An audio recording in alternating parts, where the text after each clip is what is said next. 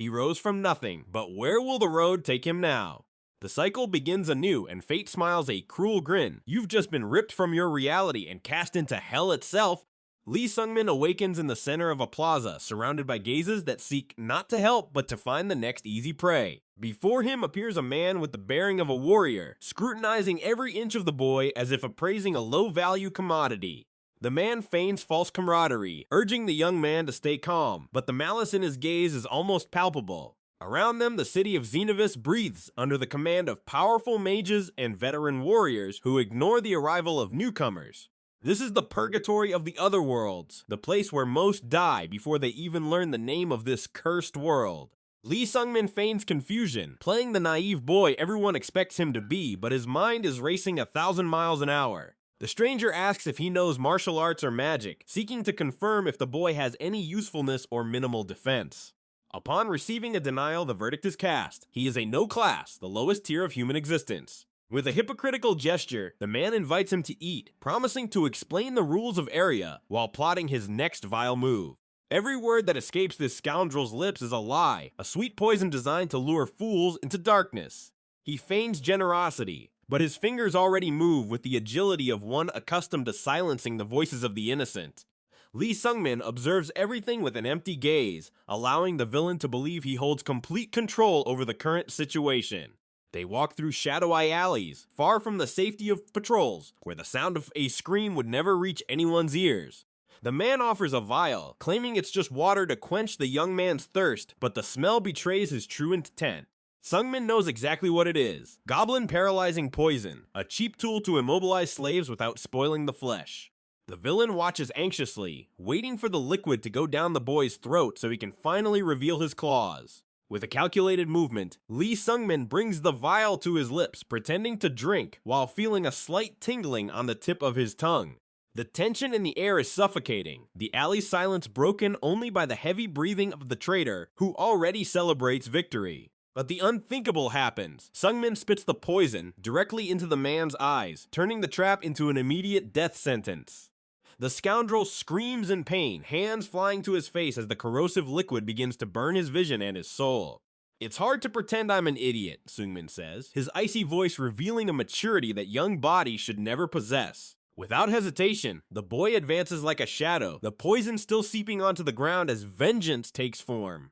He calmly explains the poison's effect, while the traitor writhes, realizing too late that he attacked the wrong target. The bandits' plan was simple: drug the boy and sell him as a slave to nobles with sick and cruel tastes. But Sungmin is no novice. He is a survivor who carried the weight of 13 years of suffering in another life. The boy's gaze is that of a predator, someone who has seen the worst this world has to offer. With a precise movement, he finishes off the enemy, cleansing the scum from the streets of Xenovis before the sun even sets. "Truly a world of trash," he whispers, as he searches the corpse for any coin or item that might help him. He finds 100,000 ER and a simple dagger, little to some, but the necessary treasure for someone starting from scratch. Sungmin looks at his hands and his reflection, seeing the frail body he will need to transform into a lethal weapon. His memories are his greatest resource. He knows where treasures are hidden, and which mistakes he must never repeat in this life. In his previous life, he was merely a mediocre mercenary, someone who never had the talent or luck to rise to the top. He tried everything, but the lack of a solid foundation condemned him to be an eternal extra in the stories of others. However, shortly before his pathetic death, he found a mystical item, a regression stone that sent him back. Back to the beginning, to the moment everything went wrong, but now he possesses the complete map of all the landmines. He opens his status window, and the disappointment is immediate. The same trash attributes from 13 years ago are still there. He remains a no class with no special abilities, no heroic lineage, and no apparent physical advantage over others. But he smiles, for he knows that the great powers of this world are blind to the opportunities that only a regressor can see. There are mages who command the elements and martial artists who tear apart the heavens, but all of them ignore the power of preparation. Sungmin remembers the humiliation, the hunger, and the pain of being a nobody, and swears that this time he will devour this world before it devours him, no matter the cost to his own humanity. He seeks a specific place, a clandestine clinic where an eccentric doctor performs procedures that border on absolute physical torture. The elder stares at him with suspicion, asking if such a young boy truly wishes to undergo martial skeleton remodeling. It's a process that breaks and reconstructs every bone to create a structure capable of supporting the most powerful martial arts. The pain is indescribable. Each needle inserted feels like a red-hot nail piercing Lee Sung-min's soul without any anesthesia. He bites a piece of wood until his teeth bleed, maintaining consciousness only through the sheer hatred he harbors for his past. The procedure is a success, and now his body passes the martial skeleton, a foundation that few geniuses are born with naturally. Next, he goes to a dusty bookstore, where the owner ignores the value of an ancient manuscript tossed in a corner. For only 40,000 coins, he acquires the True Sky cultivation technique, a treasure worth millions onto the black market. With the bones of a master and the technique of a god, Sung-min begins to tread an impossible path of power.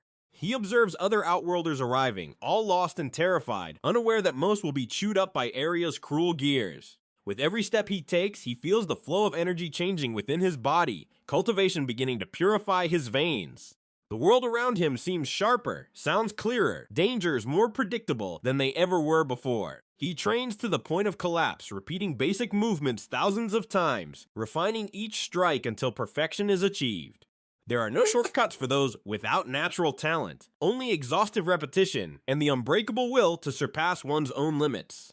Lee Sung-min knows that time is both his greatest enemy and his greatest weapon, and he will not waste a single second. He visualizes the faces of those who scorned him and uses that rage as fuel for his deep and constant meditation. Blue energy begins to encircle his body, signaling that the cultivation technique is finally taking root in his spiritual core. The streets of Xenovis become his training ground, every alley an opportunity to test his new perception and physical agility. He avoids larger groups, knowing it's still too early to attract the attention of the great mercenary guilds. His strategy is to be a shadow, a phantom growing in power, while everyone else is distracted by petty disputes. The boy who once trembled before a street thug now walks with the confidence of a veteran warrior. He needs funds, equipment, and real combat experience if he wants to survive what's to come. Memories from his past life reveal catastrophic events that will soon begin, and he needs to be ready for them. He seeks out the weapon market, ignoring the shining swords meant only for display, and searching for something that truly kills. The blacksmith initially ignores him, seeing only a child, but Sung-min's gaze makes him stop and pay attention. There's something wrong in those eyes, a coldness that doesn't belong to someone of that age, a weight of 1,000 battles. He chooses a spear, the weapon he mastered in his previous life, and which will be his extension in this cruel world. The balance must be perfect, the steel tempered with blood, and the wielder's will unshakable. He tests the weight, reach, and vibration of the shaft, feeling an immediate connection with the instrument of his vengeance. With the weapon in hand, he heads to the forests surrounding the city, the territory of goblins and smaller monsters. The hunt begins, and Sung-min moves with terrifying efficiency, each movement conserving energy and ensuring a swift kill. He doesn't hunt for pleasure, he hunts out of necessity, transforming monster hides and teeth into coins for his survival. The smell of blood no longer bothers him, he has become part of the landscape, a silent predator in the wilderness. He observes the monster's patterns, using 13 years of knowledge to predict ambushes and avoid unnecessary risks early on. His cultivation advances daily, the True Sky technique expanding his meridians and strengthening his internal energy reserves. He feels strength flowing through his new bones, his physical resilience increasing to the point where he no longer needs sleep. The sun rises and sets as the classless boy becomes an urban legend among the forest monsters. He returns to the city laden with spoils, drawing curious and envious glances from other Outworlders who are still starving. But he doesn't care for their opinions. He knows that friendship in this world is a false and dangerous currency.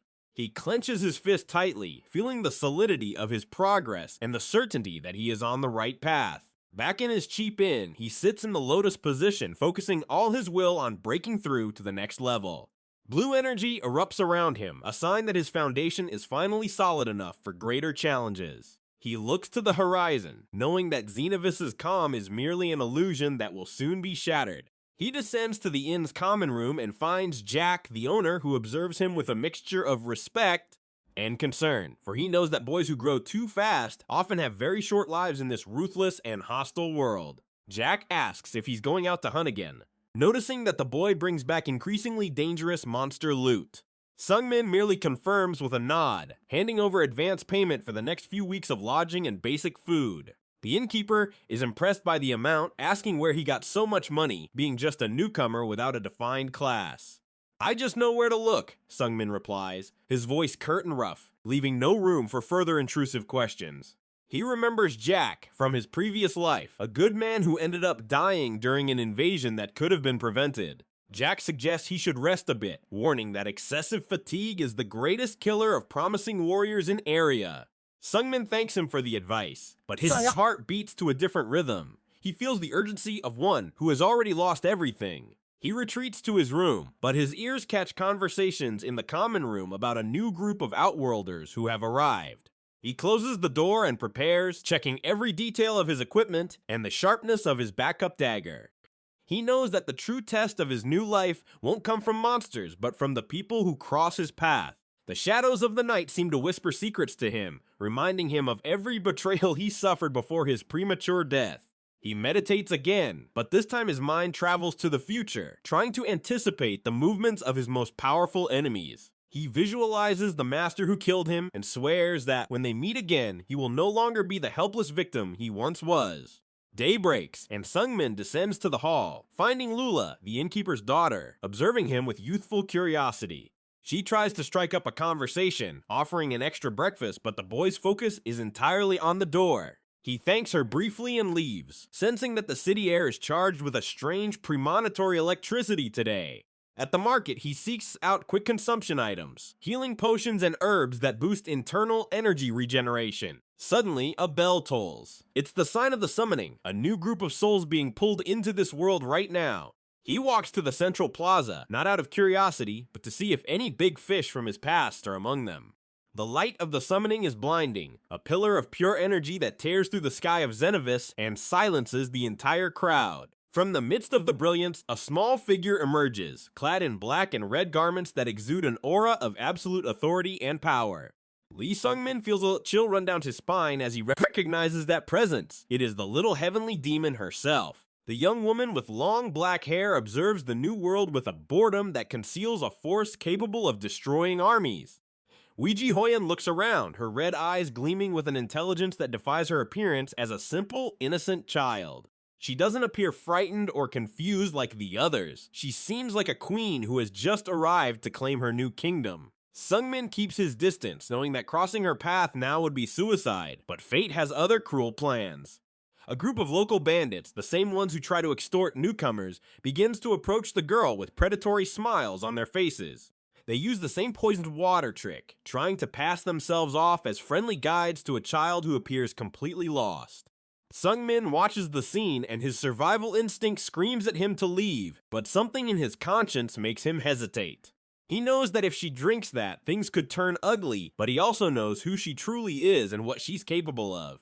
The tension mounts as the bandit leader offers the flask, his honeyed voice hiding the intention to sell her for a high price. Weiji Hoyon accepts the flask with an enigmatic smile, bringing it to her lips as she watches the men with a look of pure disdain. In an irrational impulse, Lee Sungmin shouts a warning, alerting her about the poison and shattering the deadly silence of Xenovis Plaza. All eyes turn to him and the bandits snarl in rage at having their scheme ruined by some random brat. Weiji Hoyan pauses with the flask in hand, looking at Sungmin with genuine curiosity, as if observing a rare specimen. The bandits advance on Sungmin, determined to teach a lesson to the boy who dared to interfere with their illicit business. The leader, a muscular man covered in scars, delivers a monstrous punch that sends Sungmin flying against a stone wall. Pain explodes in the young regressor's chest, the impact breaking his ribs and causing blood to gush from his parted lips. He tries to get up, but the bandit grabs him by the neck, lifting him off the ground as if he were nothing but a sack of potatoes. "You should have kept your mouth shut, trash," the assailant roars, preparing the final blow to crush Sungmin's skull. But something interrupts the attack. An overwhelming pressure emanates from the direction where the girl stood, calmly observing the fight. Weiji Hoyan lets out a short laugh, a dark melody that makes the blood of everyone present instantly freeze in pure dread. She walks slowly, each step leaving a crack in the stone ground, her aura as a martial arts master finally revealing itself. The bandit drops Sungmin, who falls to the ground gasping, and tries to attack the girl, thinking her size is her greatest weakness. In a flash, Ouija Hoyon vanishes and reappears behind the man, her palm touching his back with deadly lightness. An explosion of internal energy hurls the giant to the other side of the plaza, his bones shattering before he even touches the wall. The other bandits hesitate, fear replacing greed as they realize they are not facing a child but an incarnate demon. She cleans her hands with a silk handkerchief, her gaze returning to the bloodied Lee Sung-min, who struggles to remain conscious. "Why did you warn me?" she asks, her voice charged with an authority that makes the surrounding air tremble violently.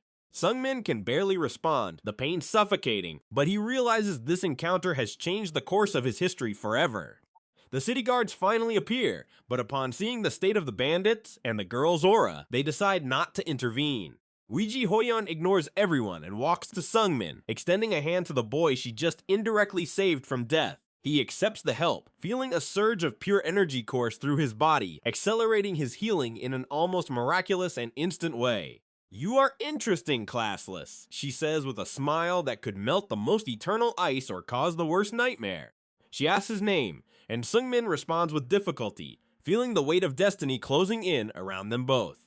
Later at the inn, Ouija Hoyon appears in Sung-min's room, entering uninvited and acting as if she owned the place. She is curious about Arya and how such a weak boy knew about goblin, poison, and bandit tactics. Sung-min tries to keep his memories a secret, inventing excuses about having observed the bandits acting in the main plaza in the previous days. But she is not easily deceived. Her gaze seems to pierce through Sung-min's lies and seek the truth hidden deep within his soul. She reveals that she comes from a place called Merim and was known as the little hope of the demonic cult in her homeland. Sung-min freezes. He knows that in the future, she will become the heavenly demon who will devastate entire continents with her overwhelming power. He realizes that having the friendship or enmity of someone like her is walking on the edge of a very sharp razor. Ouija Hoyon decides that Sung-min will be her guide in this new world, a decision he has no power to refuse or contest. He looks at her hands and sees the mark of advanced cultivation, a level that would take him decades to reach without his memories. She asks about Arya's rules, and Sung-min explains the power hierarchy, the guilds, and the constant threat of wandering monsters. As he speaks, he realizes she absorbs every piece of information with terrifying speed, adapting to the environment like a predatory chameleon. "This world is boring," she comments, "but perhaps with you around, it will become a little more fun to conquer." Sung-min senses the danger in those words. For her, the lives of others are merely a game to alleviate the boredom of her own genius. He shows her his spear, and she simply smiles, noting that Sung-min's technique is based on solid fundamentals, but lacks brilliance. "I'll teach you a few things," she says casually, as if offering candy to a child on the street. Sung-min knows that the celestial demon's lessons are usually brutal, but it's the opportunity he needed to evolve faster. He accepts the challenge, knowing that the physical pain will be nothing compared to the reward of learning from Merim's greatest genius. They begin secret training on the outskirts of Xenovis, where no one can witness the true strength being forged there. Each day, Sung-min is pushed to the brink of sanity, facing Ouija Hoyon's spiritual pressure as he tries to perfect his own spear. He realizes that, though she is arrogant, there is a profound loneliness in her eyes, the loneliness of someone who has never had an equal. Sung-min decides he will not just be her guide, but someone who can one day walk beside her as an equal. Ouija Hoyon watches him train, a glint of respect beginning to appear in her icy gaze as she sees the boy's unwavering determination. He doesn't give up no matter how many times he is knocked down or wounded during their real combat sessions. The true heaven technique begins to resonate with her teachings, creating a hybrid style that not even the regressor expected to possess. They become an unlikely duo in Xenovis, the persistent unclassed and the little evil genius no one dares to challenge. Sung-min knows that the time of peace is ending and that the first major event of the original story is about to happen. He looks at Ouija Hoyon and wonders if her presence will change the final outcome of the war that destroyed his past life. Arya's fate now rests in the hands of a boy who refuses to die and a child born to rule. What will happen next? Her reaction is a genuine laugh, finding it absurd that such an ordinary boy would try to protect someone as powerful as her. Sung-min grinds his teeth, cursing his fate. He, a 27-year-old man in a boy's body, having to bow and offer formal apologies to a mere 13-year-old child, simply to avoid being annihilated on the spot. But Hoyon doesn't stop there. She points a finger and disdainfully states that she'd seen Sung-min's martial arts, And the truth is they are complete trash, a mediocre technique not even good for swatting flies. His pride is wounded, but what she proposes next freezes the air. She wants to teach him how to truly fight. Sungmin is in shock, questioning why a genius like her would waste time on someone she herself called useless. Hoyeon smiles, saying that under her tutelage, even the biggest failure can flourish. But it all comes with a condition. The condition is as unexpected as it is absurd. Become my friend. Sungmin can barely process the simplicity and weight of this demand. He wonders why she would choose him, while Hoyeon recalls a past where loneliness was her only constant companion. Flashbacks take us to little Hoyeon, standing before her father, the terrifying leader of the demonic cult Ouija Hawk, a figure exuding pure terror. Hawk taught that for those who tread the path of supremacy and govern myriad demons, friends are merely unnecessary and utterly disposable weaknesses. But the little genius, in her innocence, explained that she learned about friendship in a book. With a friend, any difficulty can be overcome. However, her father, in his demonic form, would not accept such sentimentality, demanding she focus only on her training to inherit the throne. Even as his daughter, Hawk didn't hide his disappointment, ordering her to cast aside such nonsense if she wanted to survive at the top. Nevertheless, Hoyeon, in her rebellious essence, already showed that her strength would be forged under her own rules, ignoring her father's commands. Her training was a pure bloodbath. At just 10 years old, she was capable of single-handedly annihilating 50 experienced warriors. Ouija Hawk observed the scattered badai, acknowledging his daughter's terrifying skill, but lamenting that she sought connections with the mediocre. Now in the present, she extends her hand to Sungmin with a brilliant smile, reiterating her sincere desire to have someone by her side. She asks if everyone of the same age shouldn't be friends, a childish logic that violently contrasts with Arya's cruel world. Sungmin accepts, and from this day forward, the fate of these two is intertwined by a promise of friendship and infernal training. He feels the absurdity of the situation, a veteran mercenary being buddies with a child who can tear the world apart. Hien then begins the lesson, introducing the mystic art of Violet Dawn, a forbidden technique of the unorthodox faction that few dare to learn. Sungmin expected something from the demonic cult, but Hoyeon explains that the leader's technique is reserved only for pure-blooded heirs. With that, she scolds him for using formal language. Among friends, speech should be casual, forcing Sungmin to break his mental barriers. The air fills with pulsing amethyst energy as Hoyeon demonstrates the power of Violet Dawn, something that gleams with deadly beauty. She assures him he won't regret it, for this technique is superior to almost anything common mercenaries have ever seen. A month passes under this brutal routine. Sungmin is now in the forest, wiping blood from his face after another combat. The level of his martial arts has jumped to somewhere between 3rd and 2nd class, a progress that would have taken decades before. He looks at the dead goblins at his feet. In his previous life, facing a group like this would have been a certain death sentence. Hoyeon emerges from the shadows with a bored gaze, complaining that despite her teachings, Sungmin still lacks a single shred of talent. He tells her to shut up, annoyed by her arrogance, but knows that every word she utters about his mediocrity is a painful truth. Sungmin decides to focus on collecting the spoils of his victory, maintaining the pragmatic mindset that helped him survive for 13 years. Suddenly, a snap in the underbrush. He spins around abruptly, his senses sharpened by weeks of constant danger and extreme tension. A swift attack forces him to retreat. If he hadn't been vigilant, his head would have been separated from his body in that exact split second. The attacker isn't a goblin, but a massive orc, a creature exuding the stench of death and colossal physical strength. Sungmin takes a deep breath, realizing it's only one, but a solitary orc in this region is an anomaly that shouldn't be ignored. He charges with his spear, applying everything Hoyeon forced him to repeat 1,000 times until his muscles bled. The spear blade slices through the air and pierces the monster's tough hide, finishing the orc with a precision he'd never possessed before. Hoyeon appears from behind, scoffing at him for being proud of killing a creature as ridiculous as a common orc. He ignores the taunt and observes the body, intrigued. Orc don't live around here, so what's happening in the Xenovis forest? A calm voice emerges from the trees, praising the young warrior's skill. Sungmin immediately adopts a defensive stance, ready to kill. A man dressed in purple walks calmly, seemingly unaffected by the menacing aura Sungmin emanates after his recent combat. He introduces himself as Woon Hir-young, known in these parts as the Orchid Destruction Sword, a name that carries some weight among mercenaries. Sungmin asks what he wants, and Woon points to the dead orc, explaining that a serious problem is brewing in the region. A faction of orcs has established a new village nearby, attacking settlements and massacring novice adventurers without any pity or remorse. The man explains that the guild has offered a reward of 20 million ER to whoever wipes that village off the map for good. Woon wants Sungmin to join his elite group for this mission, assuring him that the total profit will reach 35 million. The group is already formed by peculiar figures, Do Sangryang, an agile fellow known as Little Monkey who eyes Sungmin with complete distrust. Woon defends his choice, stating that he saw the boy fight and that his skill will be of great value to the success of the undertaking.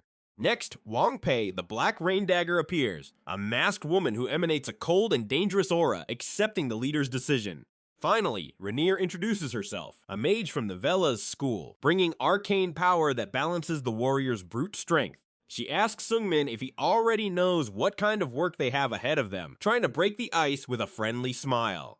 Woon explains that the plan is to divide the profits equally among the five, which would earn Sungmin about 7 million ER. Sungmin thinks that a mission of this caliber doesn't come around often, but his regressor's instinct whispers that something is very wrong with this group. The real problem is trust. In Area, trusting unfamiliar faces is the quickest path to a shallow, forgotten grave. Nevertheless, he accepts. He needs resources and experience, and fighting orcs in a group is a golden opportunity to test his evolution. Woon Hae-young smiles, patting Sungmin's shoulder and saying that with him on the team, the mission will be much easier and quicker. Upon arriving at the camp, Sungmin notices three figures sitting in the shadows, carrying immense backpacks and looking exhausted, almost on the verge of collapse. Woon dismisses them as mules, low-class individuals hired only to carry the expedition's supplies and items for a few coins. Sungmin feels a pang in his chest. He was once like them, a nobody who served only to carry the burdens of others. Rainier asks one of them to buy apples, treating the man like an object, while Sungmin observes the scene with a mix of anger and pity. They receive the scraps of payment, a pittance that barely covers the effort of carrying tons of equipment through dangerous and hostile terrain. Woon tells Sungmin not to worry about them, reinforcing the cruel hierarchy where the strong rule and the weak merely obey. The mage Rainier bites into her apple indifferently, while the group prepares to enter the densest part of the forest, the monster's territory. During the march, Sungmin walks alongside one of the porters, noticing how the man is panting and about to collapse under the weight. He asks the man's name, who is startled by the sudden attention from one of the warriors from the expedition's main group. The man identifies himself as Brass, a veteran of many journeys who has already accepted his condition of being merely a tool for others. Sungmin is frank. He warns Brass that if chaos erupts, he will have neither the confidence nor the ability to protect him from the orc attack. Brass looks at the ground and says he can't flee. The guild would punish him severely, and he would lose the little he has to survive. Sungmin understands perfectly. He knows the weight of that invisible collar, for it was exactly what he felt for 13 years of his past life. He tells Brass to take care of himself, while Woon Hae-young watches the conversation from afar with a look that conceals sinister intentions. Woon announces they've arrived. Through the trees, a rustic wooden fence marks the entrance to the green creature's makeshift village.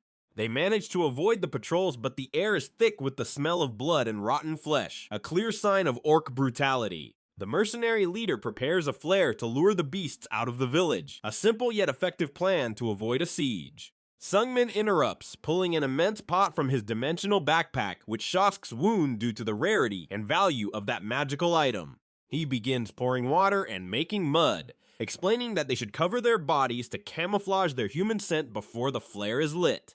Woon praises Sungmin's experience, surprised by the boy's caution, while the young regressor merely says he learned from an incredible master.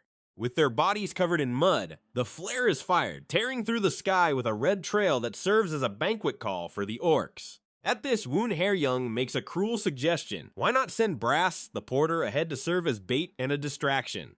Brass is terrified, stammering that if he goes first, he'll die in seconds under the axes of the enraged creatures closing in. Woon approaches his face and whispers with deadly coldness that if he doesn't go, he'll kill him right then and there. The porter falls into despair, realizing his life is worth less than the mud on the ground to these mercenaries he served so diligently. Sungmin grinds his teeth and interrupts the scene, saying that he himself will go first, if Woon has no objection. Woon Hye-young steps back with an enigmatic look, accepting Sungmin's proposal as he watches the position himself for the start of the confrontation. 12 orcs emerge from the village, roaring and drooling, rushing towards the trail of energy and scent the flare left in the air. Sungmin prepares, spear in hand, remembering Hoyeon's lessons on how a talentless fool must fight to survive. The rule was simple, just remember one way to hold the spear and always attack from a safe distance. He lunges forward in a blur, the spear tip becoming an extension of his will and his desperate desire to be stronger. Thrust. He pierces the first orc before the creature can even raise its bone-studded wooden club. He counts them one by one, 11 orcs remaining. His breathing is controlled, each movement a macabre dance of death and technical precision. He wonders if he can do this, but the answer in his mind is an absolute command. I have to do this, there is no other option. He feels a useless mercy for Brass, or perhaps it's just sympathy for someone who shares the same social class as his past life. They are not friends, there is no connection. Just the fact that they are both classless in a world that idolizes raw power. Sungmin accepts this world's ugly, clear rule. The strong are the law, and he's determined to be the one who dictates the rules this time. 2 more orcs fall under his spear. The Violet Dawn technique shines in his eyes as he massacres the monsters with surgical efficiency. He remembers Hoyeon calling him an idiot and teaching him that the long-range thrust is the only salvation for those not born with a divine gift. Thrust, thrust, and thrust. The mantra echoes in his head as the green blood of the orcs stains the forest floor of Ziznivis. The impact of his blows is monstrous, throwing the creatures back, bones audibly cracking under the spiritual pressure of the violet technique. Another orc attempts a lateral attack, but Sungmin spins his spear and strikes it in the chest, finishing it before it can let out a final grunt of pain. He sees Brass collapsed in the background, trembling with fear as a giant orc prepares to crush the porter with an immense log. Brass closes his eyes, awaiting the end, sighing in defeat before the imminent death he so feared. The sound of flesh tearing echoes, but it's not Brass's flesh. Sungmin has pierced the orc from behind, saving the man at the last second. Sungmin offers a side smile, his face splattered with blood as he finishes clearing the surroundings with a calm that unnerves even veteran mercenaries. The battle ends. Orc bodies are scattered everywhere, a scene of carnage that proves how much Sungmin has evolved in just 1 month. Woon Hye-young walks among the corpses, using his knife to cut off the orcs' ears as proof to collect the guild's bounty. He counts 13 in total, praising Sungmin's work and saying they completed their part of the mission with total mastery. Woon orders Brass to hurry and collect everything of value, treating the man like trash again, now that the danger has passed. Sungmin watches Brass get up, still trembling but alive. He knows he saved the man, but fate in area is a two-faced coin. The porter walks behind Sungmin and whispers an almost inaudible "thank you," a rare gesture of humanity amidst so much brutality and selfishness. Sungmin doesn't respond, keeping his gaze fixed on the path ahead, but Brass's gratitude weighs more than any item in his dimensional backpack. They reunite with the rest of the group at the agreed meeting point. Du Sangjiang is sitting on a rock, looking bored and arrogant. Little Monkey mocks Sungmin and Woon, saying they took too long and that their group finished everything much faster and without breaking a sweat.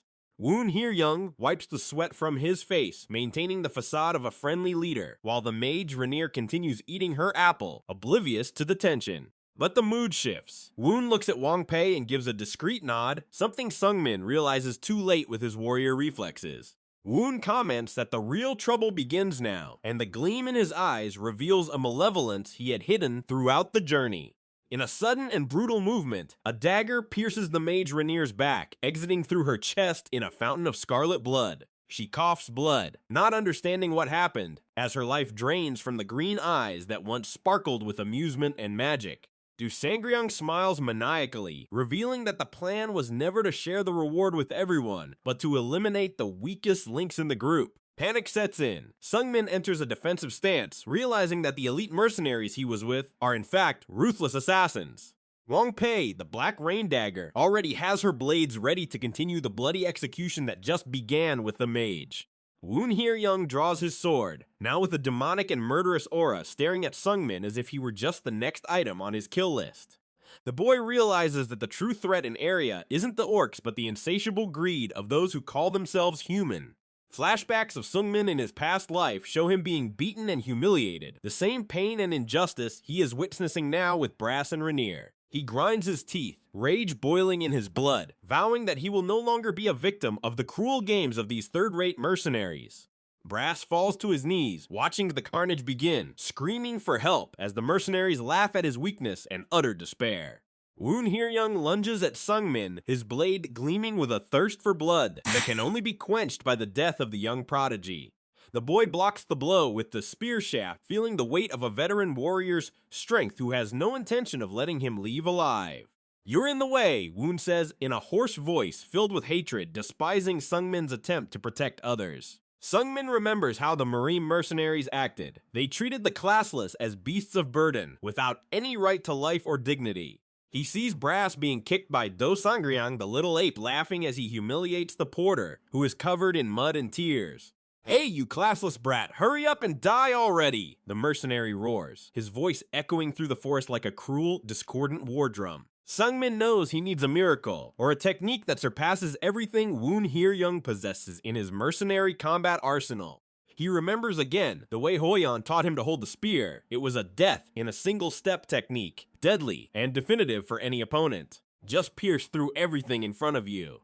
Hye-yeon's voice echoes like a divine command amidst the chaos of the life or death battle. Sungmin takes a deep breath, channeling every drop of his violent energy into the tip of his spear, preparing for the counterattack that will decide his future. Woon Hye-young laughs, thinking the boy's resistance is futile, preparing his final blow to decapitate Sungmin and claim all the mission's gold. But Sungmin's gaze has changed. It's no longer the look of a frightened boy, but that of a predator who has seen death and returned to seek vengeance. He lunges forward, his spear becoming a beam of amethyst light that pierces Woon Hye-young's defense with terrifying, almost magical ease. The mercenary's eyes widen, feeling the steel tip tear through his flesh and shatter his armor as if it were made of old, dry paper. Woon's blood splatters across Sungmin's face, but he doesn't stop. His objective now is to cleanse this place of all the traitors surrounding him. Do Sangryang tries to intervene, but Sungmin is faster, using the base of his spear to shatter the mercenary's ribs with a dry, satisfying crack. Wang Pei retreats, seeing his elite comrades defeated by a mere child they had considered nothing more than a useful, temporary tool. The forest plunges into silence. Only the sound of Sungmin's heavy breathing and the groans of pain from the fallen traitors fill the heavy air. He looks at Brass, who is still in shock, and extends a hand to the porter, a gesture of solidarity that shatters the cruel rules of this world. "Get up," Sungmin says, his voice firm and devoid of any trace of the hesitation that haunted him before his miraculous regression to this world. He knows the battle has only just begun, and that Woon Hye-young still has dirty tricks hidden up his blood-stained, black-mudded sleeves.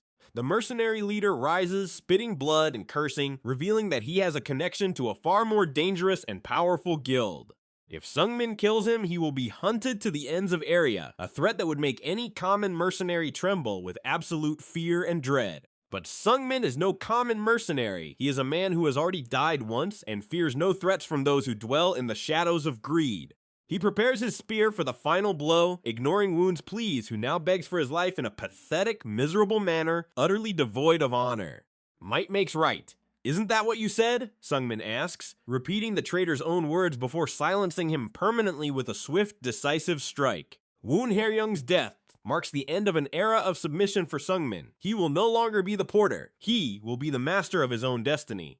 Brass observes him with a mixture of admiration and fear, realizing that the boy before him is something the world of Area has never seen before. Sungmin cleans his spear on the dead man's clothes, his eyes reflecting the steely determination of one who will ascend to the top, no matter how many corpses he has to leave behind.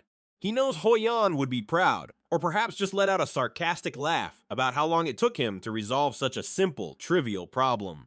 Back in the city, rumors of the massacre in the forest begin to spread, and the name of a young spearman starts to be whispered in the alleys. Sungmin walks through the streets of Xenovis, feeling the weight of the ER pouch at his waist, but his focus is already on the next step of his epic journey. He finds Hye-yeon at an inn. She stares at him and realizes the scent of blood on him is different this time. It's the scent of true survival. "You took your time," she comments, without taking her eyes off her tea, as Sungmin sits at the table, bearing the exhaustion of one who has fought against fate itself.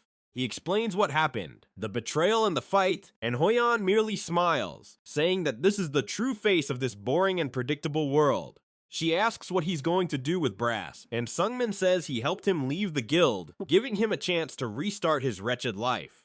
Hoyeon calls him a soft, sentimental brat, yet there's a glint of respect in her crimson eyes as she sees the conviction in her only friend's words. They depart from Xenovis, leaving behind the bodies of orcs and traitors heading towards a territory where stronger monsters and ancient secrets await them. Sungmin feels that each step takes him further from the failure he once was and closer to the monster he needs to become to protect what he loves. He looks at his hands, which still tremble slightly, remembering that the Violet Dawn technique is just the beginning of his true hidden power. Arya's destiny is changing. Sungmin's future memories are colliding with Hoyeon's unpredictable actions, forging a new, uncertain, and perilous path. In the shadows, powerful figures begin to notice the movements of these two prodigy children, and a war Sungmin knew well might begin much sooner than expected.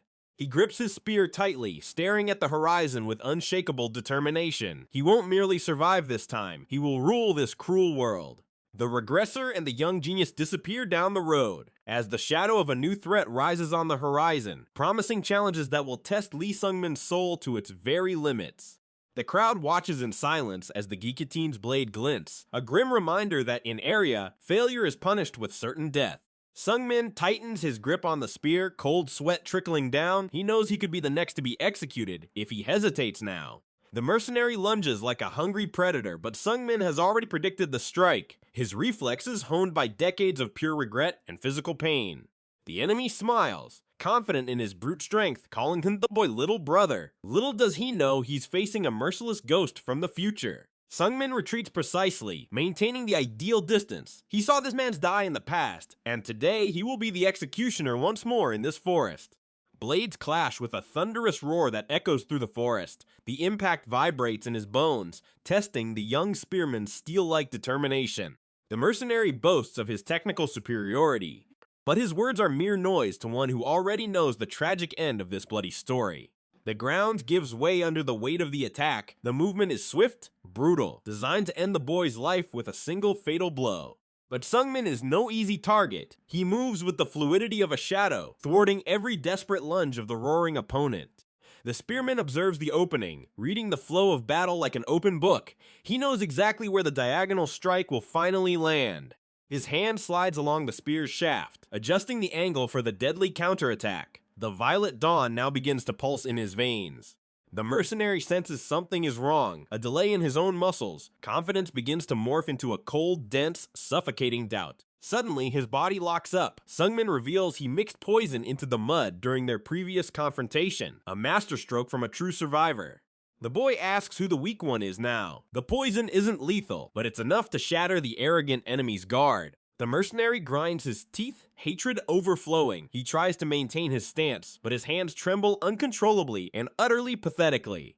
Blood begins to trickle from his mouth, staining the ground, arrogance replaced by the pure survival instinct of a cornered rat. Sungmin approaches for the final blow, yet the scoundrel plays his last card in an act of absolute, vile cowardice. In a desperate move, he seizes Brass. The porter becomes a human shield, a cowardly barrier between the mercenary and death. The villain threatens to silence Brass forever if Sungmin takes another step. He believes the boy's compassion will be his ultimate downfall. Silence dominates the battlefield as Sungmin stops. The mercenary's eyes gleam with a cruel, twisted hope of escape. The boy stares at the scene with an icy gaze. He seems unfazed, his expression that of one coldly calculating every possibility. Brass trembles, feeling the cold steel at his neck. He looks at Sungmin, hoping for a miracle that seems increasingly distant. The mercenary laughs at the situation, mocking the boy's supposed sentimentality. He thinks he's won the most dangerous chess game of his life. Sungmin asks if he's an idiot to think a hostage would work. He reminds him that he's been a mercenary for years, hardened by brutality. The coldness in the boy's words shocks even the villain. He states he only helped Brass out of utility, not any emotional bond. Inside, Sungmin battles his own exhaustion. His energy is at its limit, and the poison could lose its effect at any moment.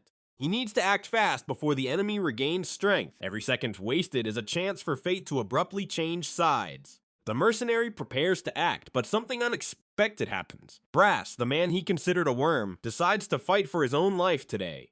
With a furious growl, the porter bites his captor's arm, an act of desperate courage that no one saw coming in that instant. The sudden pain makes the mercenary falter and lose his balance. The human shield has now become a trap, holding him in place. Brass throws himself against him with all his weight. They fall to the ground in a tangle of limbs, dust, and screams of agony. Sungmin doesn't miss the opportunity and advances like lightning. His spear slices through the air, aiming for the heart of the one who dared betray him so cowardly. The impact is dry and definitive. The steel pierces the traitor's flesh, ending his miserable existence with the efficiency of a predator. The mercenary looks up one last time, not understanding how he lost. The spark of life extinguishes from his bloodshot eyes. Brass stumbles away, panting and covered in dirt. He realizes he survived the impossible, thanks to the boy everyone called a mere novice. Sungmin wipes the blood from his weapon, maintaining his composure. He finds no pleasure in the kill, only the cold satisfaction of duty fulfilled. Silence returns to the forest, but now it is the silence of victory. The group of traitors has been completely eliminated by the hand of the regressor. Brass stares at the lifeless body, feeling the weight of what transpired. He knows that Suns is far more than he appears. The boy helps him up, but his focus is already on the future. There's money to be collected and new challenges on the horizon. They divide the spoils of the mission, an amount that would change anyone's life. 35 million ER, a bloody prize.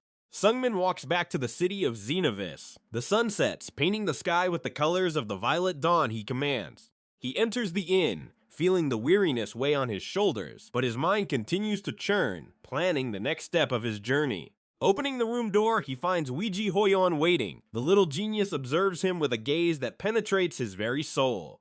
She notices the scent of fresh blood on him and smiles. It's the kind of smile that indicates she already knows everything, silently.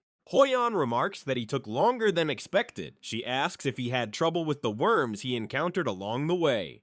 Sungmin sits down, exhausted, and admits he had to tie up some loose ends. He doesn't try to hide the cruel reality of his struggle. The genius approaches, her curiosity piqued by her friend's unusual behavior. She senses there's something profound he's hiding now. She calls him special and says she's watched him since day one. Nothing escapes Hoyon's intense red eyes. Hoyon mentions that most classless are pathetic and live like insects, but he's acted differently from the start. She points out that he didn't hesitate to hunt monsters as soon as he arrived, a courage that doesn't match someone just 14 years old. Sungmin replies that survival is hard without action. He tries to maintain the facade of merely being someone who quickly adapted to pain. But Hoyon doesn't accept evasive answers. She knows no one learns martial arts so quickly without a solid, very secret foundation. She says he has no natural talent, and that's what makes his progress even more bizarre and intriguing to her. The genius concludes that if she teaches 10, he learns only 3, but his spear usage is already that of a veteran. "Who are you really?" she asks, her tone shifting to something serious. The air in the room grows heavy, almost suffocating. Sungmin feels cornered by a superior mind. Hoyon's pressure is like a blade pressed against his invisible throat now. He knows that lying to someone like her is dangerous. True friends shouldn't have secrets that could lead to mutual betrayal. Hoyon declares that she hates lies and prefers the raw, naked truth. She proposes a pact to strengthen their friendship. If he tells his secret, she will tell hers, an exchange of information that could change both their destinies forever. Sungmin hesitates, pondering whether to trust the person who will become the strongest being in the world. The future is always uncertain. He looks at his hands, remembering his miserable past life. He doesn't want to make the same mistakes of loneliness and weakness. Hoyon insists, saying everyone has secrets, and that hers is something no one else in this world of area knows yet. She even offers an unparalleled martial technique in exchange. She's willing to pay a high price for the boy's trust. Sungmin laughs, saying he wouldn't have the internal energy to use such a technique. He continues to downplay himself, testing the genius's sincerity. Hoyon then makes a drastic decision to prove her loyalty. She says she'll transfer 20% of her own energy. The boy is shocked by the proposal. Donating internal energy is something extremely rare and dangerous for any serious martial artist. She does this simply because she's curious and considers him her only friend, a pure motive in a world full of self-interest. Sungmin realizes he can no longer run from the truth. Hoyon's honesty has disarmed all his old defenses and fears. He agrees to the exchange but asks for a promise that she won't kill him after learning what he truly is inside. Hoyon laughs, finding his concern absurd. For her, friendship is a bond that surpasses any revelation or dark secret. She prepares to tell her truth first. The light-hearted atmosphere vanishes, replaced by an almost mystical and sacred solemnity. She removes the accessory from her hair, letting her long locks fall freely. The visual transformation begins before the astonished boy's eyes. "I'm a girl," she reveals with a mischievous smile, the secret she carried to protect her position in the demonic cult. Her father wanted her to lead the sect, and only men could ascend to the throne. She had lived a lie for many years. Sungmin is paralyzed, his mind trying to process the information. The little heavenly demon, the martial legend, was actually a talented woman. Hoyan explains that she continued to pretend to be a man even after being summoned. It was easier to deal with the world in that aggressive and direct way. She says it's now his turn to fulfill his part of the agreement. She awaits his revelation with the same intense anticipation as before. The boy takes a deep breath, feeling the weight of 13 years of memories and suffering. He decides to open the portal to his dark past. "I am a regressor," he utters the words as if they were burning coals. The silence that follows is louder than any thunder. Hoyan stares at him intently, processing the concept of traveling back in time. She doesn't seem incredulous, but rather fascinated by the bizarre possibility presented. She says that in a world where people are summoned from other dimensions, anything is possible. Her logic is unshakable and cold. Sungmin explains that his mental age is 27. He carries the bitter experience of a lifetime of failures. He confesses that he felt bad for deceiving her about his real age. He thought she would see him as a distorted monster. Hoyan shakes her head, saying it doesn't matter. She was the one who approached him and called him a friend first. She asserts there's no reason to end their friendship. On the contrary, knowing he's a regressor makes everything more fun now. The genius admits she recognized him as a friend during their 2 months of training, and that's more than enough for her now. She jokes that it's sad he's so weak even with decades of experience, an acidic jest that breaks the final ice between them. Sungmin relaxes, feeling an enormous burden lifted from his chest. He has finally found someone he can fully trust in this life. Hoyan resumes the energy transfer plan. She wants him to become strong enough to survive his uncertain future. She explains that internal energy is what allows martial artists to perform superhuman feats and dominate the bloody battlefield. Most spend their entire lives slowly cultivating this strength, but she will give him an unprecedented shortcut in history. She warns that his body is full of impurities that prevent the perfect flow of energy. The process will be extremely painful now. Hoyan positions herself behind him, placing her hands on his back. The warmth of the technique begins to emanate from her instantly and forcefully. She orders him to use Violet Dawn to absorb what he can. The rest will be integrated into his fragile meridians and bones. The transfer begins, and an explosion of power floods Sungmin's system. He feels as if his veins are catching fire.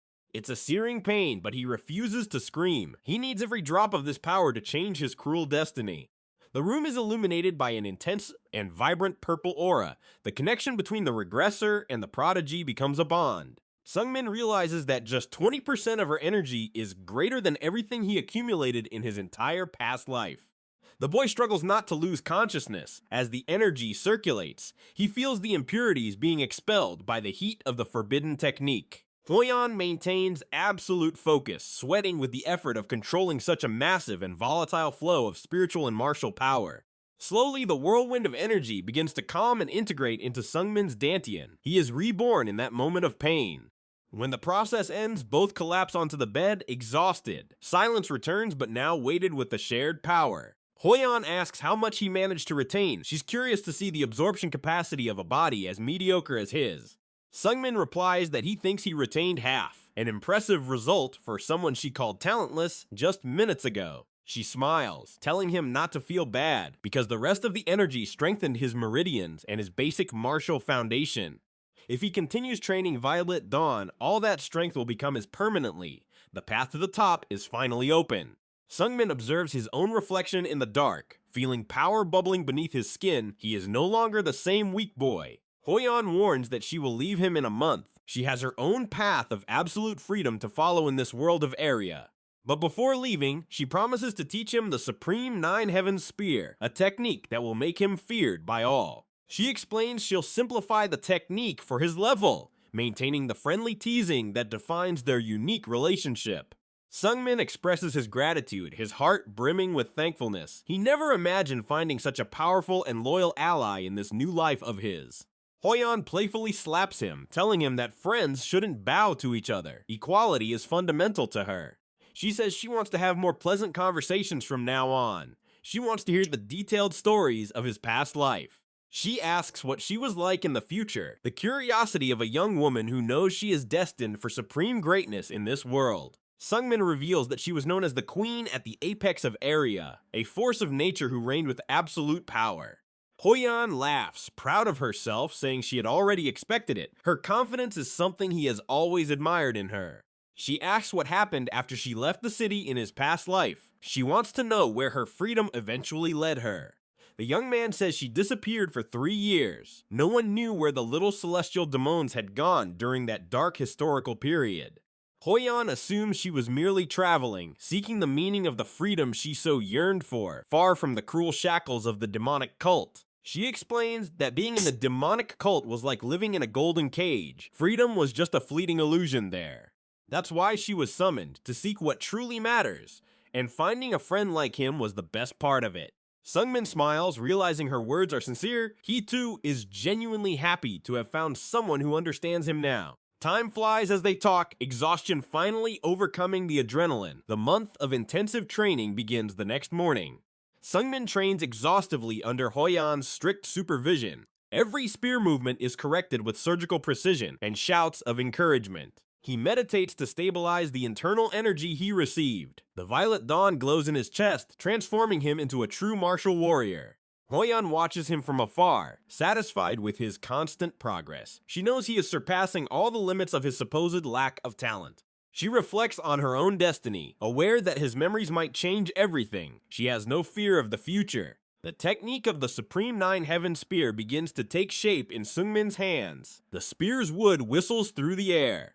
He feels the weight of each strike, the power of the simplified yet still devastating technique. It is the weapon he needed to wield now. The month flies by amidst sweat, blood, and occasional laughter. The connection between them becomes something that time will not erase. Sungmin visualizes the enemies of the past and slays them in his mind. He is preparing for the wars that will soon come. The shadow of Woon Hae-young and other traitors still haunts his dreams, but now he possesses the real power to confront them. He knows that the world of Area hasn't changed, it remains cruel and merciless. But he has changed, and that makes all the vital difference. The mystical energy in his hands is real, physical proof that he is not alone this time. The dawn has finally awakened. Hoyan announces that the training period has come to an end. It's time for them to go their separate ways, as destiny now demands of them. She gazes at him with a farewell look, but without any sadness. She knows they will meet again at the very top. Sungmin asks what he should do now. He still feels a little lost in the vast ocean of open future possibilities. The genius replies that he must live the life he desires, free from the shackles of regret that haunted him for so long.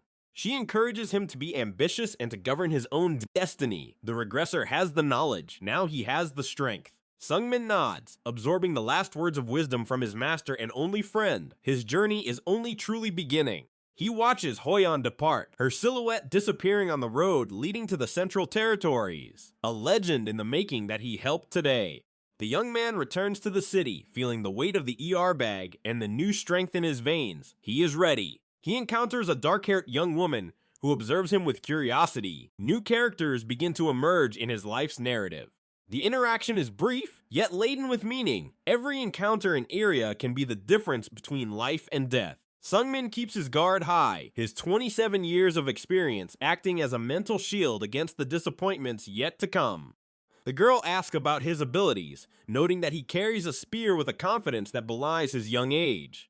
He replies with the coolness of a veteran, hiding his true potential. He has learned the ancient art of being a deadly shadow. His eyes reflect the determination of someone who has already seen the end of the world and vowed not to let it happen again, ever. He moves with an agility that shocks casual observers. He is a wraith walking among the living, seeking his vengeance. The journey leads him to new battlefields, where monsters more dangerous than orcs await in the depths of Area's dense forests. He tests his new spear against hidden enemies. The sound of wood cutting through the air is the only music he knows now. The girl follows him, intrigued by the aura of mystery that envelops him. She feels he is the key to something greater. They converse about the legends of Iria and the Otherworlders who are shifting the balance of power with their strange memories and technologies. Sungmin realizes that the world is more agitated than in his previous life. His actions have already begun to create real ripples. The girl reveals that she also has her own objectives and is not just an ordinary spectator in this theater of war and blood. They decide to form a temporary alliance, a union of interest that will benefit both in the pursuit of power and immediate survival here. Sungmin wonders if she is trustworthy or if she is just another betrayal waiting for the right moment to plunge the dagger. He remembers Hoyeon's lessons about friendship and secrets and decides that, this time, he will be the one who dictates the rules. The group advances towards a new danger zone, where rumors of an ancient treasure have attracted mercenaries from all corners. The tension mounts with each step, accompanied by the feeling of being watched by powerful figures operating in the shadows of ancient history. Sungmin tightens his grip on the spear, feeling the Violet Dawn's energy respond to his call. He is ready for the slaughter. The girl smiles, an expression that mixes danger and fascination. She knows she's walking alongside someone who will change everything. The sun rises on the horizon, marking the beginning of a new day and a new chapter in the Regressor's epic saga. Sungmin faces the future with eyes of fire. He won't just survive, he will dominate every inch of this cruel world. Shadows lengthen as they enter the dungeon, the scent of mold and danger filling the air with a promise of glory. The first enemy emerges from the darkness and is cut down before it even perceives the presence of the young spearmaster who moves like the wind. Sungmin doesn't hesitate, his heart a cold stone that knows no fear. He is the personification of vengeance and power. The girl watches in silence, impressed by the efficient brutality of the boy, who seems to carry the weight of 1,000 wars in his soul. They delve into the depths where ancient secrets await to be unveiled by the only man who knows what the future holds for everyone. Lee Sungmin closes his eyes for a brief moment, feeling Hoyeon's presence in his mind. His journey has only just begun. Lying side by side in that inn, the closeness between them reveals a connection that goes far beyond a simple fleeting friendship. She teases him, wanting to know if anything moves him beyond secrets, while his face shows the weariness of one who has already died once, and Sungmin merely shakes his head, lost in thoughts of a destiny he still can't fully embrace in the presence of that extraordinary girl. Hoyeon smiles with a lightness he envies, suggesting he think carefully and tell her when he finally finds his absolute truth, but the conversation soon shifts to his past, a curiosity that makes the Regressor's heart race with the fear of being discovered. They sleep in that same bed like two soldiers resting before the storm, an image of innocence that conceals the trail of blood they both left behind. At dawn, Hoyeon's energy already vibrates. She is ready for departure, but first there is one last lesson that needs to be taught. Sungmin watches his first friend with a mixture of gratitude and melancholy, aware that the time of peace in the inn is coming to an end. She rises with the authority of a master, challenging him to show the fruits of a month of sweat and constant pains in his meridians. Her movement is a blur of pure speed, leaping into the air with an agility that defies the laws of physics and martial logic. The young spearmaster tightens the grip of his weapon, his eyes focused on every gesture of the one he now considers his greatest technical challenge. Hoyeon lands like a petal, but her aura is suffocating, a promise that there will be no mercy in this final training before their definitive separation. She strikes again, a black and red specter slicing through the air, forcing Sungmin to react with only his most basic and raw instincts. With a sharp smile, she declares he'll have a 20-strike advantage, a generosity that wounds the young man's injured pride. Lee Sungmin accepts the challenge, determination burning in his veins as he prepares to fight with all the strength he now possesses. The little genius scoffs lightly, stating that he couldn't afford to go easy even if he wanted to, given the abysmal difference. She raises 2 fingers, marking the start of the countdown to humiliation or to the glory of a truly connecting strike. A sinister aura seems to emanate from her, a shadow of power that Sungmin still doesn't comprehend, but which makes him tremble with anticipation. He takes a deep breath, concentrating the internal energy she herself helped him cultivate, preparing the deadly lunge he had silently planned. The first attack explodes in a spear movement that aims the girl's chest with surgical precision and contained fury. A purple glow tears through the air, the trace of the Violet Dawn technique beginning to manifest at the tip of the tempered steel blade. The energy expands, a whirlwind of force that should be capable of felling any ordinary warrior who dared cross his path today. However, Hoyan receives the impact as if it were merely a light breeze, her defense remaining impeccable as she counts the first movement. Sungmin doesn't stop. He spins his spear in a devastating arc, stacking attacks aimed at overwhelming the keen senses of that monstrously fast opponent. Sparks of pure energy leap from the clash between technique and the void, revealing that he has finally begun to understand the weight of true power.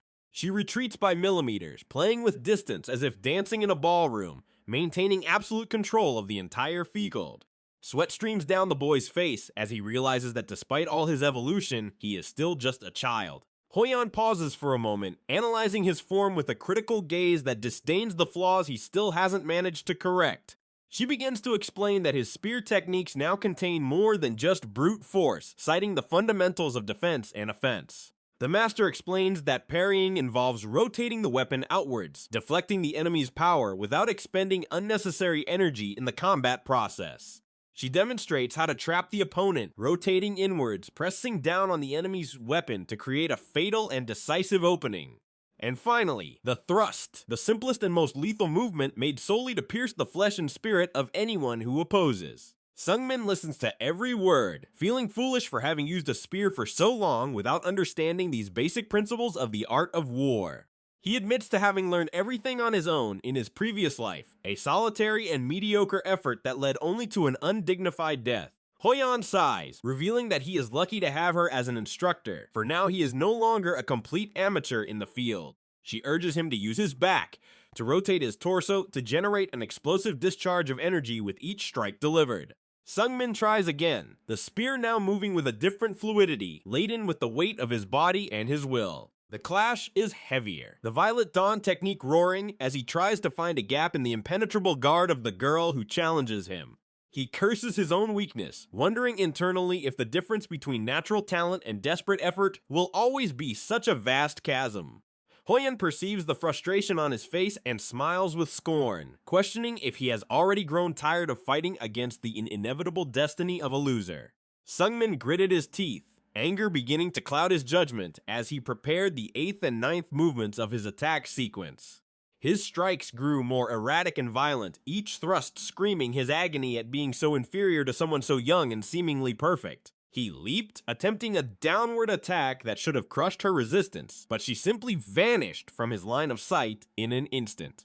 The impact on the ground kicked up dust and frustration, leaving Sungmin exposed and vulnerable before the one who dictated the rhythm of his current pain. The count continued relentlessly, 10, 11, 12, each number a scar on the pride of one who believed regression would be his triumph. He attacked with blind fury, 13, 14, his movements blurring into a desperate haze as he sought the warmth of enemy blood. Sweat burned in his eyes, but he dared not blink, fearing Hoyan would use that microsecond to end the farce of their training. 17, 18, 19! Sungmin's spear cut through the air with a sharp whistle, but he knew none of those blows had come close. She prepared her final move, her hand moving with a terrifying calm, an invisible blade of energy ready to be unleashed. On the 20th blow, Sungmin threw everything into it, his entire soul focused on the spear tip that glowed with a violet intensity never before seen. The final impact occurred, but before he realized it, Hoyan's figure was already behind him, like a ghost that had passed through his very body. The silence that followed was chilling, only the sound of Sungmin's ragged breath echoing in the empty, frigid training ground. He fell to his knees, the weight of defeat crushing his shoulders as Hoizan's voice announced the end of that session of suffering. With a look of disdain, she declared that she hated his inferiority complex, that shadow of his past life that still shackled him. Sungmin exploded, tears of hatred streaming down his face as he screamed that they weren't on the same starting line, that talent was unfair. He reminded Hoyan that he was born with nothing, that he was summoned to area without talent and had to fight from the mud. His rage was a volcanic eruption, an outpouring from someone who had lived a lowly life and died in cruel, total oblivion. Hoyan remained impassive, stating that he now had a second chance and had learned mystic arts, quickly becoming a second-class warrior. She accused him of not even allowing himself to try, of being possessed by an inferiority that prevented him from looking to the peak. Sungmin told her to shut up, the humiliation of being reprimanded by a 13-year-old burning more than any physical wound. Her gaze turned icy, the kind of look that could freeze time itself as she reaffirmed her position of absolute superiority. The boy felt small, a worm before a martial deity, and the silence of the inn seemed to mock his unrealistic and foolish ambitions. He clenched his fist so tightly, his knuckles turned white, promising himself that this feeling would never dominate him again. Hoyan dictated her final will. He must make her his goal, fight to become strong enough to face her in 10 years. She explained that humans need goals, or life would merely be a boat adrift in an endless ocean of mediocrity. Sungmin let out a bitter laugh, finding the proposition absurd, yet the fire of the promise began to warm his heart, chilled by past trauma. He stared at her with bloodshot eyes, declaring that in 10 years, he would make sure to pierce her heart with his powerful spear. The girl smiled, an expression that blended danger and strange satisfaction, accepting the challenge that would seal both their fates in this world. She called him a friend, but Sungmin knew this friendship was now forged in a promise of mortal rivalry and constant evolution. Hoyan approached, breaking the tension with a playful remark about him being shy after his emotional outburst, a sudden and unexpected moment of lightness. She teased him, saying that in 10 years she would be so voluptuous he would be speechless, displaying a confidence he still lacked. Sungmin pushed her away, irritated by her proximity, trying to maintain what remained of his dignity while she laughed at his exaggerated reaction. The moment passed, and the reality of separation set in. She gathered her belongings, ready to disappear down the road toward her destiny. Lee Sungmin watched her leave, a dark speck on the horizon, taking with her the only light he had known since he returned to the past. He was alone in the inn, but no longer empty. He had a purpose, a name etched in his mind like a target. 10 months passed since Hoyan's departure. 10 months of insane training, where every drop of sweat was a step towards strength. Sungmin was no longer the same weak boy. His movements now held the precision of a predator who had learned to hunt in the shadows. He decided to participate in the classless tournament in Xenovis, an arena where only outcasts and those without a defined fate clashed. Upon arriving at the Colosseum, he drew scornful glances, merely a boy among brutes seeking cheap and violent glory. A third-class warrior mocked him, suggesting he give up before his bones were ground to dust by the weight of that arena's reality. Sungmin didn't respond with words, only with an icy gaze that made the bully hesitate for an instant, sensing an unknown danger. The tournament began, and the carnage was swift. The young spearman moved like a wraith, felling opponents with single precise strikes. He won the competition effortlessly, proving that his evolution had placed him on a plane far above these low-tier mercenaries.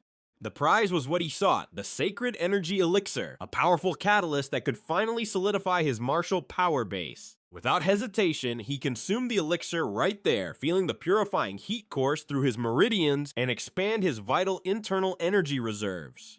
Lee Sungmin meditated as the power stabilized, officially becoming a first-class warrior, a feat that shocked the observers of that city. He realized he had achieved all he could in Xenovis. It was time to depart for higher danger zones and real deadly challenges. Before leaving, he visited Hansa Juicy, the vendor who had helped him at the beginning, to bid farewell to one of his few allies. Hans was genuinely moved by the boy's victory, feeling that his gamble on that young spearman had finally borne real fruit. The bearded man handed him a parting gift, a dimensional pouch, a rare and extremely useful item for a lone traveler. Hans dismisses it as a mere used item, but Sungmin understands its true value and accepts it with a gratitude he rarely shows anyone. The merchant asks him to become famous and repay the favor 100-fold in the future, a wager on the legend Sungmin is slowly becoming. The boy bids farewell to Hans with a nod, feeling as though he's leaving behind the last anchor of his ordinary life in that small town. He returns to the inn one last time, where the owner greets him with a mix of pride and sorrow for his imminent departure. The innkeeper hands him a green cloak, stating it belonged to him in his youth, an item imbued with useful protective magic. Sungmin puts on the cloak. It's a bit too large, but he feels the warmth of the magic and the consideration of the family who took him in. The stout man asks him to stay healthy, a simple wish that touches the calloused heart of the regressor who had only known cruelty before. Lee Sungmin steps out of the inn with firm strides, but is abruptly stopped by a familiar cry echoing through the town's cobblestone streets. Lula, the innkeeper's daughter, is running towards him, her face flushed with effort and her breath hitched with the despair of his departure. She stops before him, breathless, struggling to find the words as sweat trickles down her face and her anxious heart pounds against her chest. Sungmin looks at her in surprise, asking if she ran all this way just to bid him farewell so dramatically and suddenly. Lula takes a deep breath and retracts what she said before about him deserving to die, pleading for him to live a long life and not disappear. With tear-filled eyes, she confesses that she has grown to like him and couldn't bear to know something terrible had befallen him on his journey. The boy remains silent for a long moment, feeling the purity of a sentiment he doesn't know how to reciprocate or even process. He merely thanks her, promising he won't die, a vow he intends to keep, not just for her, but for himself and for Hoyon. Lula cries, hiding her face as she watches him walk away, a moment of sorrow that marks the end of her peaceful childhood in that inn.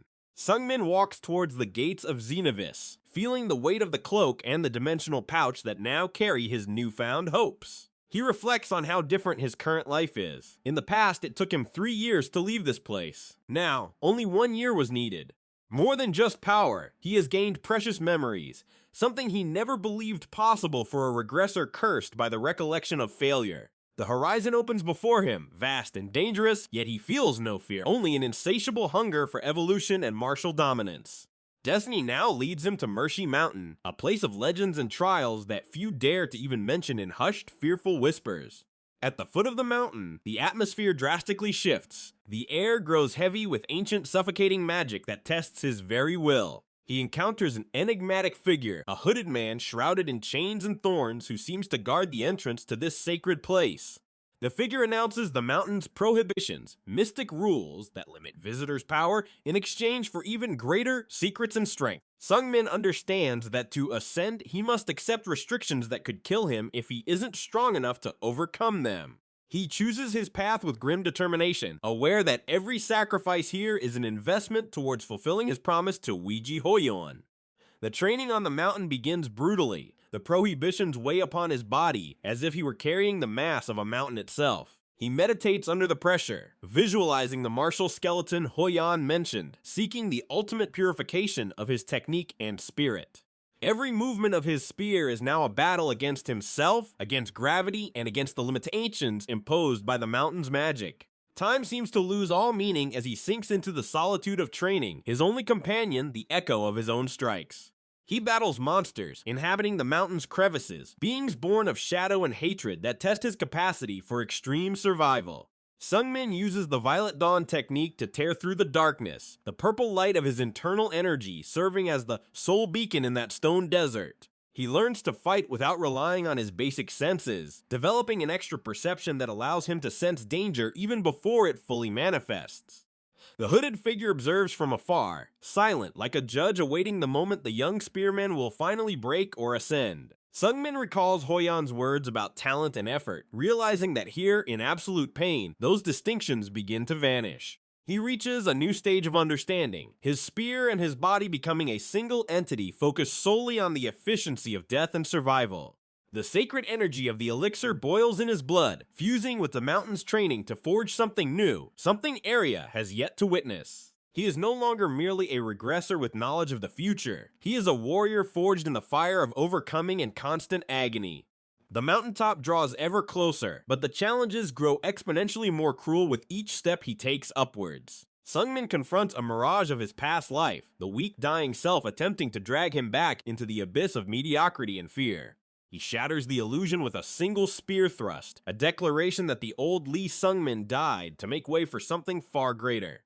The mountain trembles under the power of his will, the chains of the prohibitions beginning to yield before the brute force of his unbreakable spirit.